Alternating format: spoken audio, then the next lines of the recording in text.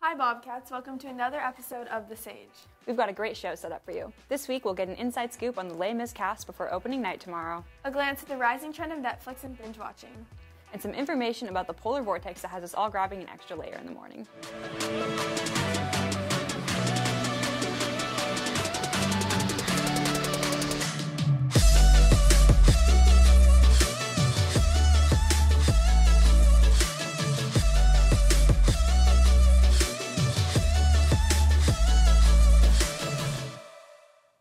Things are starting to get busy as we near the end of the trimester, but no one's been busier than the cast and crew of Les Mis.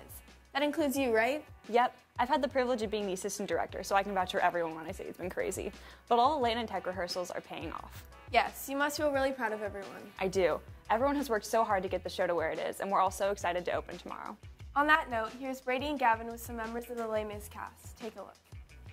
What is up, Bobcats? I'm here with some of the cast members from Les Mis, and we're gonna ask a couple questions, get you guys some information. So, what does Les Mis bring that's new to Sage Creek? It brings a new kind of theater. We've never really had a serious musical that's a drama. We've always had very fun, happy musicals. So it's pretty intense, and I think it's a really good new wave for the theater department. It's a pretty intense show. I said intense 3 times, but yeah. And what character or what actress/actor do you think is most like their character that they play? Gee, I would probably say, I'd say Noah. I'd say Noah plays Marius. You play you. Why would you say that? Because I feel like in any situation, he is the one to lead people to do something. And he will rally up the troops to get people going, and he won't fight until whatever he wants to do is done. Awesome. So what do you think some of the hardest things are with being in such a large production like this? What would you say?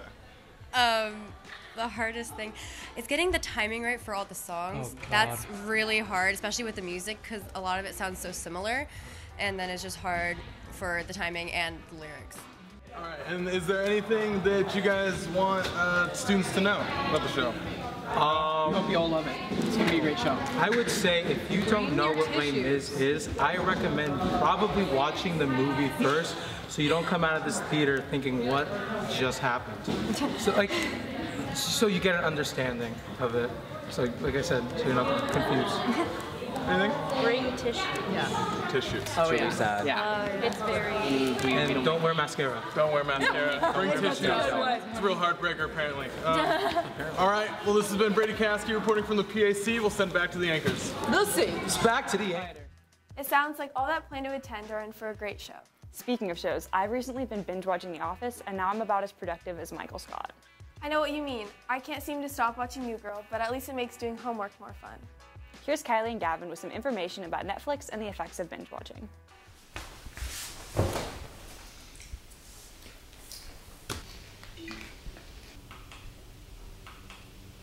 According to the U.S. Bureau of Labor Statistics, 73% of Americans watch 2.7 hours of TV per day, which equals about 20 hours per week. Netflix found that 73% of its users who binge-watch reported positive feelings with it. But is binge-watching a harmless activity done by millions, or an epidemic on the rise? I binge-watch a lot on the weekdays, not as much on the weekends, and I think for me, it's kind of almost like a reward. After going to school, I work too, so after going to work, it's my relaxation time. Binge-watching offers us a temporary escape from our day-to-day grind, in which our brain produces dopamine, causing us to experience an addiction to the show, leading us to crave the next episode. The way that it's set up, on Netflix, it'll say, do you want to watch the next one? And you're like, okay, well, I'm sitting here. All right, I'll watch the next one. But after you binge a series, many enter a state of situational depression due to the recent lack of human connection and their emotional involvement in the show. It's almost like sadness in a way, because especially if you've invested time in multiple seasons, that when it's finally all over, it's just like a good book, you don't want it to end. And in the middle of the information age, binge watching is on the rise. Well, I feel like Netflix and YouTube and all that is making more accessible to people. So like, instead of having to walk all the way to Blockbuster, you can just sit on your couch and watch whatever you want. A survey done by Deloitte found that 99% of millennials and Gen Zers juggled an average of 4 different activities while watching TV. He tends to binge watch and try to do homework at the same time, which I personally think is it's not a good idea. But no matter what you binge watch, binge in a healthy way. Try and watch with someone else, watch on a screen that is further away, and exercise while you watch. Well, in the time it has taken to put this video together, we could have watched an entire season of The Office.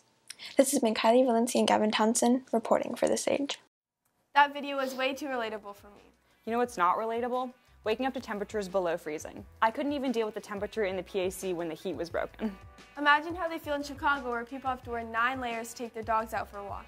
We sent Tristin Hoffman to find out about something called the polar vortex and how it's involved with these chilly conditions. Polar vortex, a daunting and somewhat heinous name for a cold snap, but the name stands true to its impact. It is a national phenomenon sweeping across the Midwest, with a current death toll of 21 people and rising. Here in Southern California, with the average high of 64 in February, the weather experienced in the Midwest seems like a problem we do not have.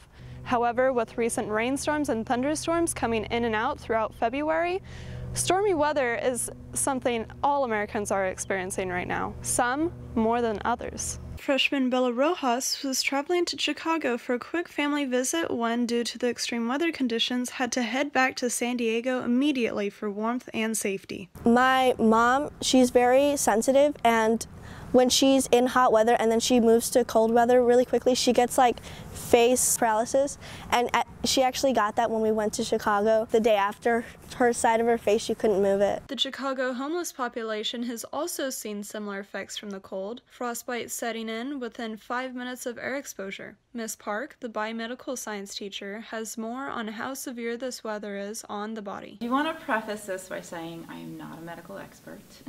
I did actually do a little research to answer this question, but the way your body responds to extreme cold, first, you know, you'll shiver, your teeth will chatter.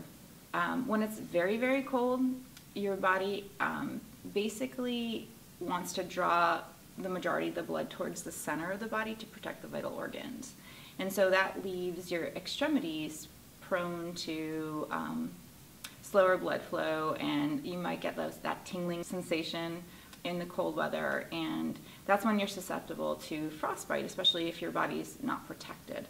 One can stay protected from the cold by wearing enough layers, a beanie, a warm jacket, and maybe doubling up on pants if you're in -degree weather. For us in California, however, we would just need to put on a jacket if it gets below 65 degrees. Thank you so much for watching. This has been Tristin Hoffman reporting for The Sage. Now back to the anchors. Wow, and I thought it's been cold here. Me too. At least it hasn't stopped our athletes from finishing up the winter season and starting into the spring. Speaking of which, off to Andrew Emde with the sports and announcements.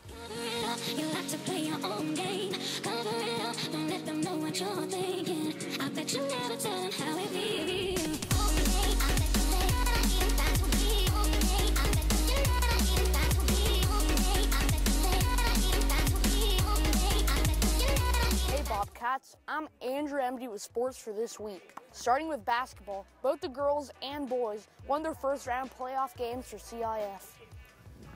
The girls played Steel Canyon, winning 51-44. Sydney Tomlin led the game with 19 points and 12 rebounds, while Brooke Linzinski followed that up with 11 points and 9 rebounds. Sadly, they lost their second round game on Friday to Mission Vista. Sydney Tomlin kept her scoring, going 16 points, and Haley Baylor got 11 points and 12 rebounds. Congratulations on a great season. The boys played Madison High for the first round of playoffs, winning the match 68-48. Dalton Miller led the game with 18 points, shooting 78% from the field. Following that up is Jamie Allenstein with 14 points and Nick Sonk with 11 points. The Bobcats shot well that game with a total of 8 threes from 4 different players. After that game, they traveled down to Valhalla, where they endured a tough loss. Nick Nacarado scored the most for the Bobcats with 13 points and 4 assists, and Matthew Korf trailed him with 8 points and 2 threes. Way to go on a great season. Girls soccer lost their CIF match last Wednesday versus Montgomery 0-3. Congratulations for the great season. Boys soccer won the quarterfinal match against Patrick Henry last Friday, winning 3-0. Donovan Ishop had one, and Titus Washington scored 2 goals to add to his total league leading total of 24. Yesterday, they lost against West Hills in the semifinals. Congratulations on a great run and terrific season. Furthermore, Academic Lead battled against LCC on Valentine's Day. Varsity lost 52-85, JV won 60-30, and Freshmen won 50-7. They next face off March 7th against Oceanside. This season that the Bobcats are in the CIF Battle of the Fans. Here is Bryant Kitisin with the Bob Squad. Hey Bobcats, I'm here with Carla, Nick, and Mary from the Bob Squad. We're going to be talking a little bit on Battle of the Fans. So what is the Battle of the Fans voting? Battle of the Fans is a local competition between 8 high schools in the CIF San Diego section, and that's going to be between your student sections. So we are currently in the competition to show that we are the most spirited, but also a respectful student section. That sounds awesome. And where does voting take place? You can vote on Instagram, Twitter, and Facebook. Make sure to like the video on all of your accounts and tell your family and friends. Voting ends Wednesday night, and make sure to be polite and don't buy likes. That sounds awesome. And what do you get if you win Battle of the Fans? You know, Brian, if we win, we will get a banner to put up in the gym that will say Sage Street Bob Squad 2018-19 Battle of the Fans champions. We will also get a bunch of patches, 150 t-shirts, and most importantly, bragging rights across the county. That sounds awesome. Remember, Bobcats, voting ends tonight. I'm Bryan Kitisin, sending it back to Andrew. Thank you, Brian. As the winter seasons approach, the spring sports are starting up. Kylie Valency is with the baseball team on their upcoming rivalry match. Hey Bobcats, I'm here with baseball team captains Jake Gutierrez and Scott Anderson. Today they have a game at 3:15 against Carlsbad. So Jake, how are you guys feeling coming into the season? We're feeling pretty good this year. We are really senior heavy with 16 seniors as well as 4 non-seniors. And over the offseason we've been playing pretty well, so I'm pretty confident. That's awesome. So now Scott, coming into the game today, how are you guys feeling? You know, we've been facing off against Carlsbad for like the past 4 years, and we've always had good games against them. And, you know, we're just really expecting to fight as hard as we can and hopefully pull off a W. Well, good luck to both of you. And we hope to see you guys out here supporting. This has been Kylie Valency with Scott and Jake. Now let's send it back to Andrew. Thank you, Kylie, with that. Baseball plays Carlsbad today at home, Saturday at Escondido Charter, and Tuesday at San Pasqual. Tennis is also starting their season with a home match against Universal City Thursday, as well as traveling to El Camino next Tuesday. Well, that's all the sports for this week. I'm Andrew Emde, sending it back to the anchors.